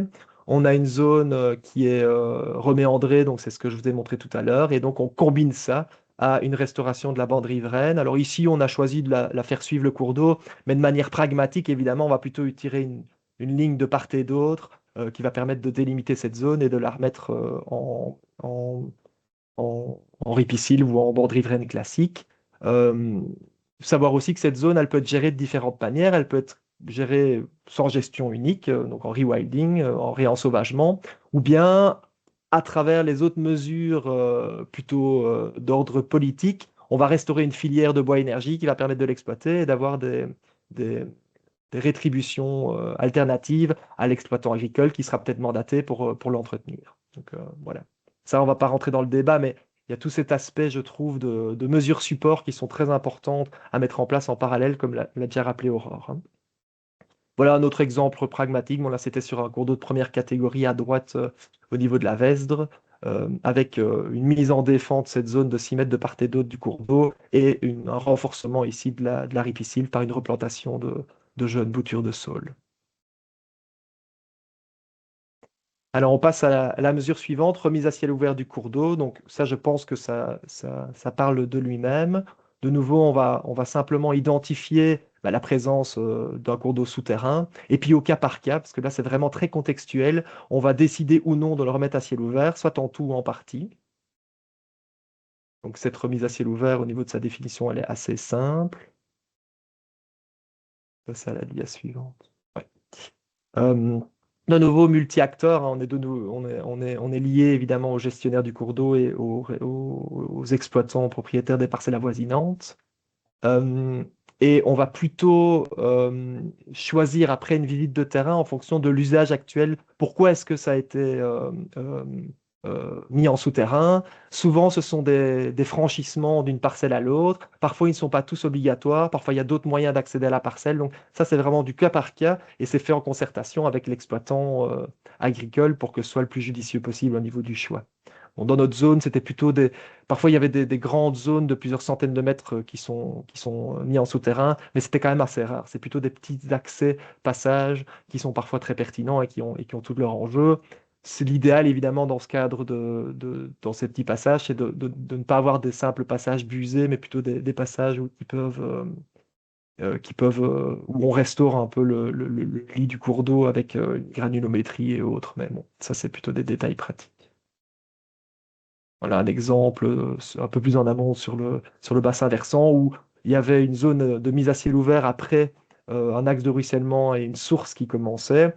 Cette zone de remise à ciel ouvert, elle était possible sans avoir d'impact sur l'accès aux différentes maisons ou aux parcelles agricoles sur une centaine de mètres. Et donc, on a proposé d'être à ciel ouvert. Voilà un exemple, hein, on maintient un passage, mais ce n'était pas nécessaire d'avoir 100 mètres de souterrain, hein. Évidemment, hein, l'exploitant, il fait ça parce qu'il a aussi la possibilité d'exploiter cette partie-là. Mais ici, on part du principe que d'un point de vue global, c'est beaucoup plus intéressant d'avoir juste un accès pour passer de part et d'autre de la parcelle et de réouvrir cette zone. Ici, en plus, ça a été combiné à une restauration de la bande riveraine, une mise en défense de la zone avec les clôtures, ce qui est évidemment très intéressant. C'était de nouveau la même photo montrant qu'on était aussi dans un contexte marginal. Alors, une des dernières mesures, c'est le réensauvagement. Alors là, on va se baser sur un contexte plutôt de linéaire de voirie. Donc, au niveau des autoroutes et des chemins de fer, on a généralement déjà un maillage écologique qui se met en place, plus ou moins géré évidemment par le gestionnaire de ces voiries. Ce qu'on propose, c'est d'étendre ces zones de 25 mètres de part et d'autre de ces axes pour pouvoir avoir des zones qui sont vraiment laissées à la nature et qui vont avoir toute une série de services écosystémiques qui vont pouvoir être mis en avant. Donc, généralement, le principe même du réensauvagement, c'est de ne pas du tout intervenir. Ici, on a laissé quand même l'ouverture, justement, à pouvoir, tous les X temps, suivant un certain plan de gestion, de proposer une intervention, notamment parce qu'il y a un risque parfois au niveau du chemin de fer, au niveau des autoroutes, et qu'on ne peut pas laisser à proximité directe, évidemment, des grands arbres qui risqueraient de poser des problèmes ou de tomber sur les voiries, enfin, sur les axes de communication, mais aussi parce qu'on pourrait imaginer une filière qui pourrait valoriser ça. Ça existe déjà, hein, il y a des exemples qui sont très concrets, mais ce n'est pas généralisé. Donc encore une fois, on a un grand nombre d'acteurs qui sont évidemment impliqués et on a des effets qui sont hydrologiquement très intéressants sur une grande partie de l'hydrologie, des principes d'hydrologie régénérative. Oui, tu peux passer. Alors, juste ici, la mise en œuvre qu'on a eue sur un axe autoroutier qui traversait notre périmètre. On peut évidemment saisir les opportunités et ne pas se limiter à ces 25 mètres lorsque on a, par exemple, une petite zone qui est en défend entre deux autres axes de voirie, qui est inexploitée. On peut évidemment agrandir cette zone de gestion. Alors, mesure suivante, c'est la restauration des forêts humides, aussi liée à la restauration des prairies humides. Donc là, on est plutôt sur un contexte marginal très sensible, donc écologique marginal sensible, de nouveau dans un contexte hydromorphe, dont j'ai déjà parlé avant. Et là, on va restaurer, si on est en forêt, plutôt une forêt humide, et si on est en culture, plutôt une prairie humide. Souvent, cette mesure vient effectivement avec la mesure limitation de drainage pour que la restauration de ce milieu soit le plus adéquat. Donc là, souvent, on laisse la forêt évoluer ou la prairie évoluer. C'est pas pour ça qu'on ne peut pas avoir une gestion et une exploitation de la zone, hein. C'est indépendant. Mais en tout cas, les espèces qu'on essaye d'y faire se développer sont plutôt des espèces locales euh, pour apporter justement toute une série d'autres avantages. peux passer à la dia suivante. Voilà un exemple qu'on avait. Donc évidemment, nous, dans la région limoneuse qu'on a étudiée, on avait très très peu de reliquats de forêt, mais il y en avait quand même certaines. Et donc voilà, ici, on a proposé de nouveau, parce qu'on était dans un contexte écologique marginal de type hydromorphe, de restaurer ce milieu humide ou cette forêt humide. Voilà une photo de ce que ça peut donner. Ici, c'est plutôt une forêt alluviale, mais derrière, vous avez une forêt humide à proximité d'une zone de source. Alors, prairie humide, c'est exactement le même principe, mais on est plutôt en milieu ouvert. Donc ça, je vais peut-être le passer rapidement. On est toujours dans un même contexte écologique. Et donc là, par contre, on avait sur notre zone pas mal d'exemples de prairies humides dans des contextes hydromorphes. Alors, on passe à la dernière mesure, ce sont les zones ou les ZID, donc les zones d'immersion temporaire, ou ce qu'on appelle nous plutôt les zones de gestion de l'eau, parce qu'elles ont une vocation un peu plus multidisciplinaire, en tout cas multifonctionnelle. Donc, pour ceux qui ne connaissent pas ce que c'est qu'une zone d'immersion temporaire, donc c'est un aménagement de stockage semi-permanent des eaux. Donc, ça veut dire que dans le paysage, on va chercher toute une série d'indices qui vont nous sembler appropriés pour la mise en place de cette ZID. Alors, comme l'a rappelé Aurore, pour nous, c'est un peu un dernier recours. Il faut d'abord avoir aménagé le bassin versant de manière un peu globale avant de se dire, tiens, on va mettre en place une zone, parce que évidemment, là, on focalise, on localise à un seul endroit l'ouvrage qui va permettre de gérer des eaux qui vont arriver d'un grand bassin versant. Et donc, on va plutôt mettre ça sur des zones qui sont en amont direct de zones très sensibles à l'aval, donc type un village où il y a régulièrement des inondations. On va d'abord chercher aussi à avoir une topographie naturelle qui est propice à la mise en œuvre voilà, d'un ouvrage qui va être représenté par un merlon et une petite cuvette.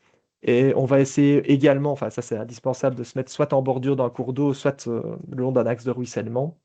Et alors, en fonction de la typologie de, de la zone, de la topographie de la zone, on va placer un merlon plus ou moins haut. Donc le principe, c'est pose d'un merlon, un déverseur de sécurité, un tuyau ou un aménagement à débit de fuite spécifié en fonction de la capacité finalement du réseau à l'aval. Mais on peut y ajouter d'autres choses, comme par exemple une petite mare permanente qui va amener d'autres intérêts. Et comme on est dans un contexte global, on avait imaginé aussi qu'une partie de cette zone soit enfin, en tout cas régulièrement mise en eau, non pas spécialement pour diminuer la pression seulement sur l'aval, mais aussi pour avoir une zone de stockage de l'eau qui permettrait, par exemple, à des exploitants agricoles de venir pomper de l'eau pour leurs machines, et si même la qualité de l'eau est suffisante, pour abreuver le bétail. Donc voilà, ici, on est plutôt comme on l'a dit, dans un principe où on répond qu'à un ou deux des principes de l'hydrologie régénérative, mais ces ouvrages, au cas par cas, sont parfois très utiles. Il faut aussi rappeler qu'ils sont souvent très chers et ils impliquent également un grand nombre d'acteurs qui sont plutôt de l'ordre public, hein. C'est très rare quand un exploitant seul ou un propriétaire décide de mettre ça en œuvre, parce que c'est assez cher. Voilà un exemple qu'on avait eu sur notre territoire où on situait non seulement sur un axe de ruissellement, on avait un effet cuvette qui était présent, on était dans une zone humide mais sans avoir de débordement, donc avec une capacité de stockage intéressante, également en amont d'une zone à risque. Et donc on a proposé de mettre la zone d'immersion temporaire à cet endroit-là. Et dans la dia suivante, voilà, on a un exemple de ce que ça peut être une zauge, avec cet aspect multifonctionnel. Et évidemment, ce sont des ouvrages qui méritent une attention de dimensionnement particulière, avec souvent une modélisation pour évaluer si effectivement c'est pertinent. Parce que souvent, on place des zauges un peu partout, des sites un peu partout, et puis on se rend compte que leur capacité doit être tellement énorme pour avoir un effet même minime sur l'aval que c'est plus spécialement l'aménagement pertinent. C'est pour ça que nous, on prône plutôt de disséminer des aménagements plus petits partout dans le territoire pour maximiser l'efficacité globale. J'arrive au bout avec trois dernières dias. Donc ça, c'est simplement vous montrer ce que ça donne d'un point de vue global au niveau de l'aménagement. Donc on a à gauche le diagnostic qui avait été fait sur une UA, et puis à droite la mise en œuvre de toutes ces mesures qui vous ont été présentées aujourd'hui. Et voilà encore une autre unité d'aménagement, mais avec un autre contexte, avec un cours d'eau qui traversait le territoire du nord-ouest, enfin du nord-est plutôt vers le sud-ouest, et donc avec un contexte assez hydromorphe un peu partout. Et donc là, il y a un peu plus de restauration de milieux humides ou de milieux, enfin de milieux humides type forêt ou prairie. Et la dernière dia, elle est donc cette fameuse connectivité. Donc ça, je vais passer encore un tout petit peu de temps là-dessus, si vous le voulez bien. C'est que la connectivité telle que l'a présentée Aurore, donc c'est la petite carte que vous voyez au-dessus à droite, elle a été retravaillée, resimulée, remodélisée avec des mesures qui viennent de vous être présentées. Donc vous avez ici la carte qui est bardée principalement de bleu, qui représente la différence de connectivité entre la situation existante et la situation projetée.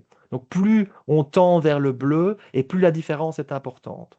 Alors évidemment, ce qu'on remarque, c'est que on voit très clairement l'impact des aménagements qui ont été proposés, hein. Le long des axes, on voit ces zones de rewilding qui jouent leur rôle en termes de captation, en tout cas de diminution de la connectivité. On voit les endroits de keyline qui sont également très marqués. Donc ça a été fait parce qu'on a pu retravailler en partie le modèle numérique de terrain. Mais on a pu mettre en avant que certains types de mesures, que sont les bandes riveraines, les keylines, les zones de rewilding et autres. Il y a d'autres mesures comme les pratiques culturelles qui n'ont pas pu être modélisées ici dans le cadre de cette étude. Et puis on se rend quand même compte qu'il y a encore certains artefacts au niveau du parcellaire, au niveau de la manière dont les parcelles agricoles sont exploitées, au niveau des sillons. Donc tout ça est encore bien visible, en tout cas pour des personnes aguerries qui savent lire ce genre de cartes un peu plus précisément. Et donc nous, on est certain que l'impact finalement, il ne prend pas en compte tous les points positifs que ces aménagements pourraient apporter, mais qui ne donnent finalement qu'une vue partielle de ce que ça pourrait être, mais qui est déjà très positive. Voilà, j'en arrive au bout. Je pense que j'ai un peu dépassé et j'en suis désolé. Et je vais laisser Yannick reprendre pour les conclusions. Oui, je vais essayer de conclure rapidement parce que le temps a avancé. J'aimerais bien pouvoir laisser un tout petit peu de temps pour des questions. Mais donc, en guise de conclusion, ce qu'on voit, c'est que on a ici utilisé des outils innovants pour l'analyse du territoire, et je pense notamment à la réserve utile en eau, et plus en particulier à la connectivité, et que ce sont des outils qui peuvent être utiles pour pouvoir analyser son propre territoire.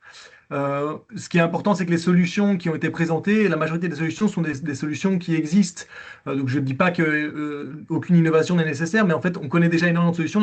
L'innovation, elle vient plutôt dans comment les mettre en œuvre et comment réussir à repenser son territoire. Et puis après, il y a des solutions plus innovantes, comme par exemple, on a vu le Key Design, qui sont moins habituelles sur le territoire, mais tout un ensemble de bandes riveraines, nous, etc., sont déjà des solutions qui existent et qu'il faut simplement réussir à appliquer.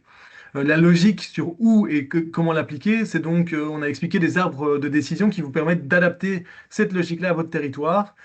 Et je rappelle l'importance d'impliquer les acteurs ici, justement par rapport à un ensemble de ces mesures-là, ben, les agriculteurs ont été consultés et étaient ouverts à certaines mesures et plus fermés à d'autres. Il y a des niveaux d'acceptabilité qui dépendent un petit peu des différentes mesures.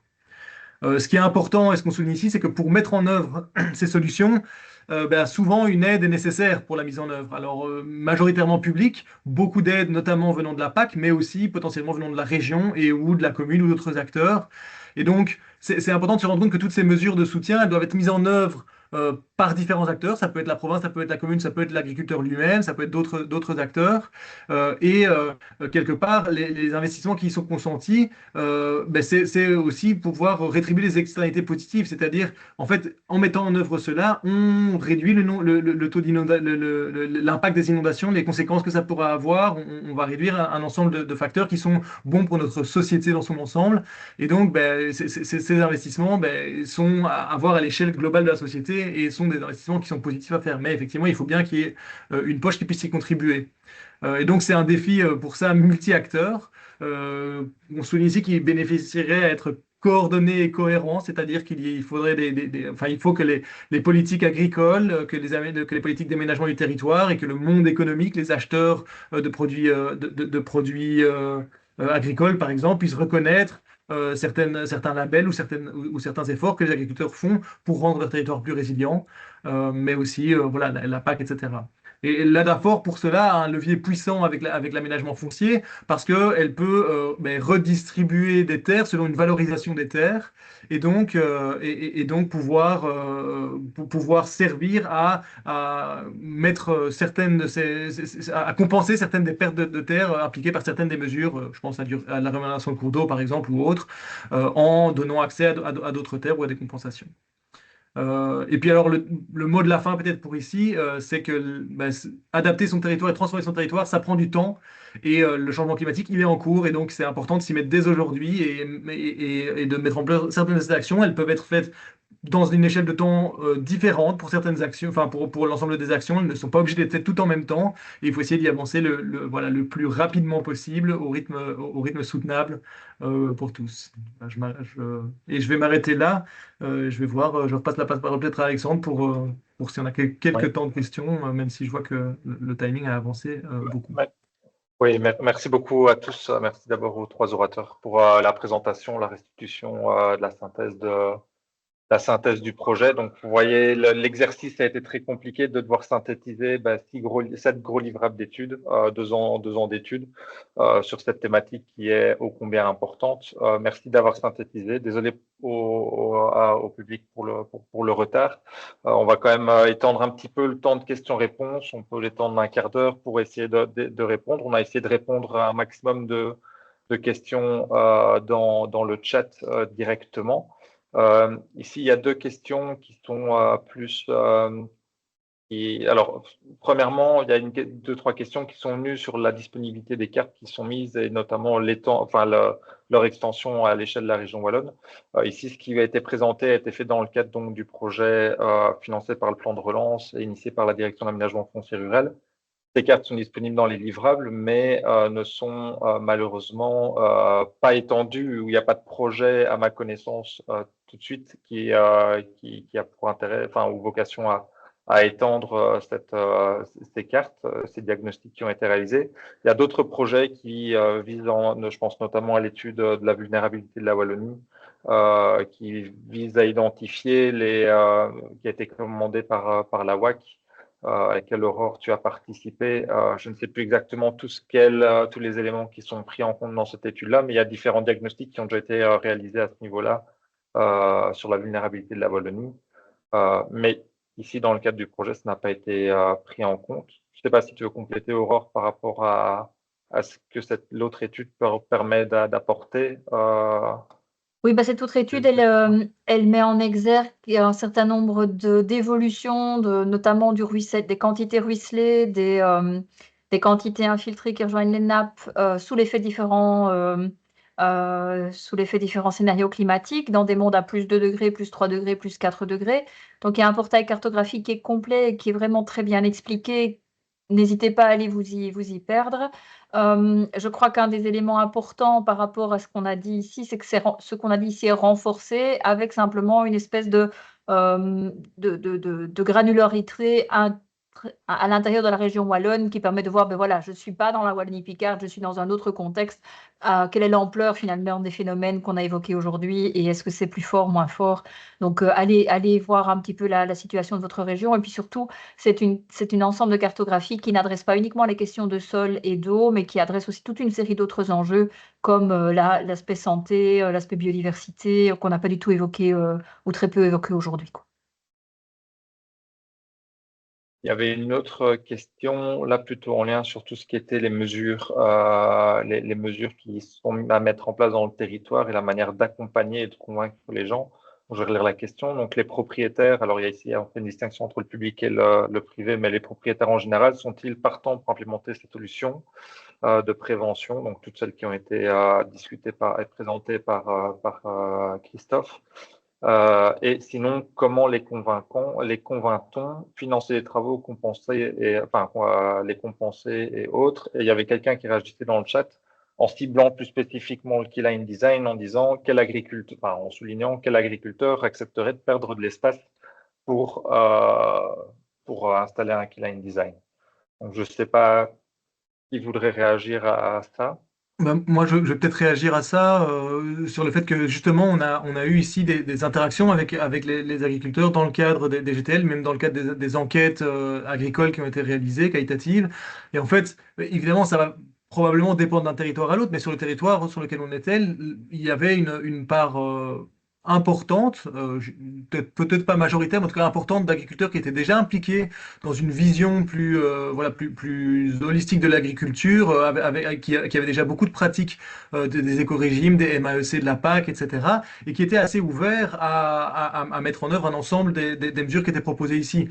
Et donc, qui voyaient un intérêt à avoir de la gestion de l'eau par des nous, plutôt que d'avoir des gros problèmes de ruissellement sur leurs parcelles, etc., parce que ce sont aussi leurs terres. Et donc, je pense qu'il ne faut pas non plus bloquer uniquement tous les agriculteurs dans la même, dans un même rejet. Alors, c'est évident qu'il y a des agriculteurs qui ne sont pas intéressés par ces solutions et qui voient uniquement une perte de surface, de surface productive, mais c'est loin d'être une généralité. Et puis, comme souligné, ben, en fait, pour financer cela, il y a les aides de la PAC, il y a des aides de la PAC qui existent et il y a potentiellement d'autres aides qui existent aussi au niveau régional, on l'avait souligné, et qui peuvent aussi être mises en place avec des labels et autres qui permettent de reconnaître aussi pour l'agriculteur les efforts qui contribuent.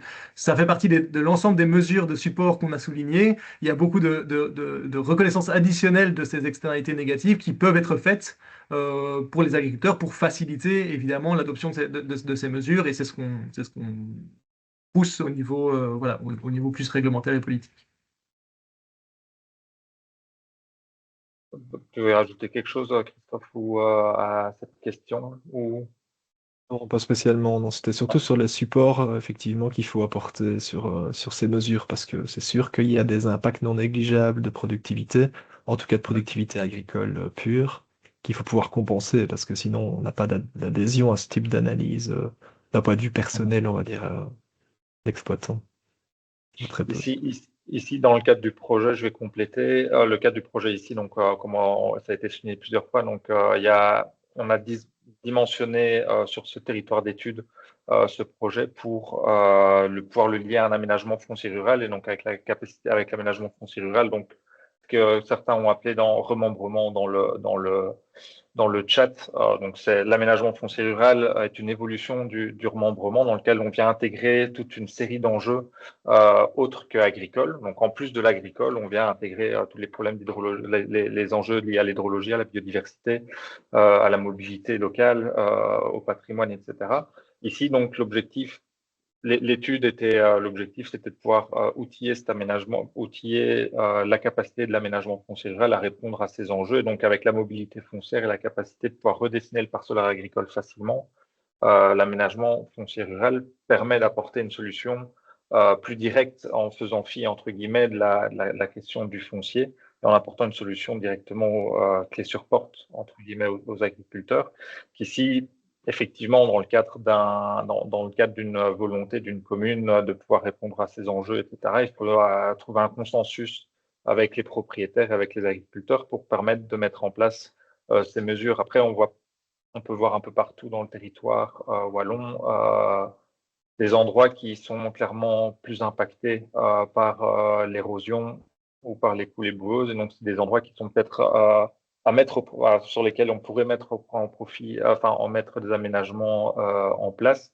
et qui permettraient de gagner, entre guillemets, de l'espace ailleurs de limiter les pertes liées à l'érosion ou aux inondations à d'autres endroits. Donc, il y a un effet bénéfique quand même d'apporter des mesures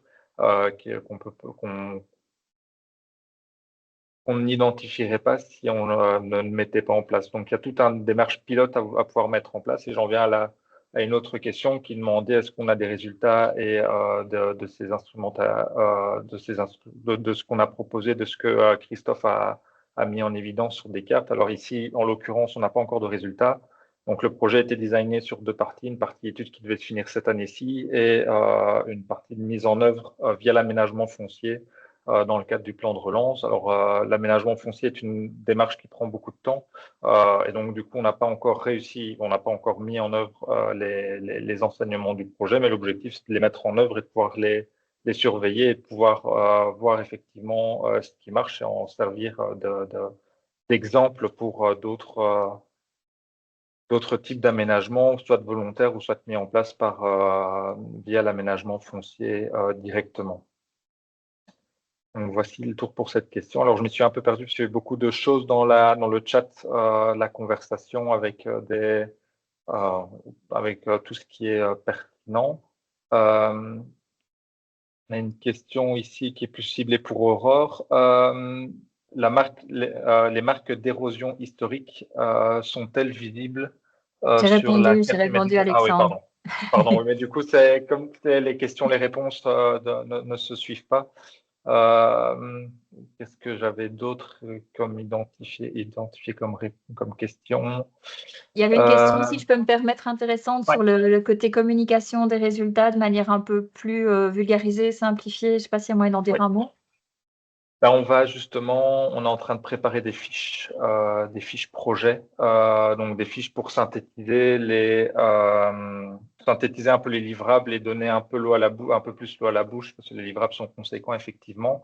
Donc on a sur la logique d'un bassin versant, donc l'objectif c'est d'avoir une représentation d'un bassin versant et de pouvoir localiser schématiquement les différentes mesures dont on parle et de pouvoir après de venir lire ces fiches synthétiques de 2, 3, 4 pages et de pouvoir les visualiser. Donc celle-là, ça c'est en préparation. Alors l'objectif c'est de pouvoir les présenter ici dans le cadre du webinaire. Ça a pris un petit peu de retard dans la production, donc je ne peux pas vous dire où vous pourrez les trouver, mais en gardant le listing de votre participation, on vous transférera l'information dès que c'est mis en ligne et disponible. Et donc l'objectif, c'est de pouvoir, outre de pouvoir faire écho à ce projet-là, de pouvoir servir à pouvoir connecter les différentes informations issues de différents services du service public de Wallonie, donc liés autour de l'agriculture et de l'aménagement de bassins versants. Voilà ce que je peux en dire sur l'outil de vulgarisation et les infographies qui peuvent permettre d'illustrer facilement et imager les aménagements qui pourraient être faits. Alors, en tant que GAL, quelles informations simplifiées reprenant les cartes et aides éventuelles pouvons-nous transmettre aux acteurs du territoire? Alors, en tant que GAL, l'avantage, c'est que vous avez un ancrage local. Ici, on a développé un ancrage local sur Pérué. Mais vous avez, un ancrage local, vous connaissez peut-être de manière plus pertinente les aménagements, les enjeux et les problèmes de votre territoire spécifique. Ce que vous pouvez transmettre comme carte, il y a toutes les cartes. Bon, voilà les cartes qui sont disponibles déjà sur le portail de la région Wallonne, avec la carte numérique des sols, la carte des LIDAX, donc la carte des inondations, des chemins préférentiels que l'eau va emprunter lorsque les chemins de concentration d'eau dans le bassin versant, qui vont permettre d'identifier les endroits qui sont problématiques et de pouvoir positionner ou aider à positionner les aménagements qui vont pouvoir apporter une solution. Tout ce qui est carte de réserve utile en eau des sols, etc., qui sont très utiles, mais n'ont pas été développés pour toute la Wallonie, comme je le disais tout à l'heure. Donc ça, vous pouvez transmettre. Vous pouvez transmettre. Elles sont disponibles sur Wallon Map de manière très, très, très simple. Sinon, tout ce qui est sources et références, donc à part pour les aménagements d'études, donc il y a un livrable qui reprend donc le livrable 6 donc je vais vous montrer un peu le site du projet, comme ça j'en profite en même temps. Donc je vous fais un partage d'écran. Donc vous voyez le site du projet sur lequel on décrit un peu l'historique du projet. Et il y a la présentation des études dans laquelle vous retrouvez les 7 livrables d'études sur lesquels vous pouvez aller consulter. Dans le 6e livrable, il y a toute une série de mesures. Donc il y a 33 ou 34 mesures, 34 je pense, où on passe vraiment de l'itinéraire, des mesures qui touchent à l'itinéraire agricole. On va jusqu'aux mesures de support, en passant par la remembration des cours d'eau, l'installation de mares, la bande riveraine, etc. Donc toutes ces mesures c'est des blocs de 3-4 pages à chaque fois pour chaque mesure. Bon, il y en a des plus ou moins importantes que vous pouvez transmettre pour inspirer les acteurs locaux de savoir, et leur présenter ce qu'ils peuvent mettre en place dans le territoire de cette manière-là. Et c'est l'objectif que vous puissiez vous approprier ces livrables-là, même si voilà, le contexte climatique, on s'est spécifié sur telle zone. Pour le diagnostic, la réalisation des cartes, on s'est inspiré de la zone du territoire pilote, la zone d'étude. Mais toutes les autres, les clés d'identification, les clés que Christophe vous a présentées, les mesures, l'objectif, c'est de pouvoir les présenter et qu'elles servent au plus grand nombre et à vous, acteurs du territoire, de manière plus locale ou à d'autres projets en général. Alors oui, le webinaire est enregistré et sera disponible sur la chaîne YouTube. On vous enverra le lien une fois qu'elle sera mise en ligne. Alors j'attire l'attention, comme le disait effectivement Christophe, voilà, les zones d'immersion temporaire ou les zones de gestion de l'eau, les endroits de stockage de l'eau. Bon, il y a différents types de mesures. Il y a des mesures qui sont, je veux dire, qui accompagnent tout le bassin versant, et puis il y a des mesures un peu plus, je veux dire, palliatives, entre guillemets. Donc, lorsqu'il y a un problème à un endroit, un gros endroit spécifique et que ça nécessite le stockage de l'eau, etc., il faut toujours veiller effectivement à respecter la circulation de l'eau, à ne pas créer d'obstacles sur les voies d'eau. Donc, c'est rappelé par la direction des cours d'eau non navigables ici. Voilà. Donc, j'ai l'impression que j'ai fait le tour des questions qui n'avaient pas encore été répondues. On a débordé d'un peu plus d'un quart d'heure. Je vais en profiter du coup pour vous remercier tous, remercier les orateurs d'avoir participé à ce webinaire pour vous présenter, restituer cette longue étude. Je vous invite toutes et tous à pouvoir consulter nos livrables et on vous reviendra une fois que la vidéo sera en ligne pour pouvoir la partager et vous en servir et partager aussi avec vos acteurs locaux, vos communes, vos affiliés, etc. pour mettre en place ces solutions et faire de la Wallonie un territoire résilient et durable vis-à-vis de la gestion de l'eau et pas que. Merci à tous. Au revoir.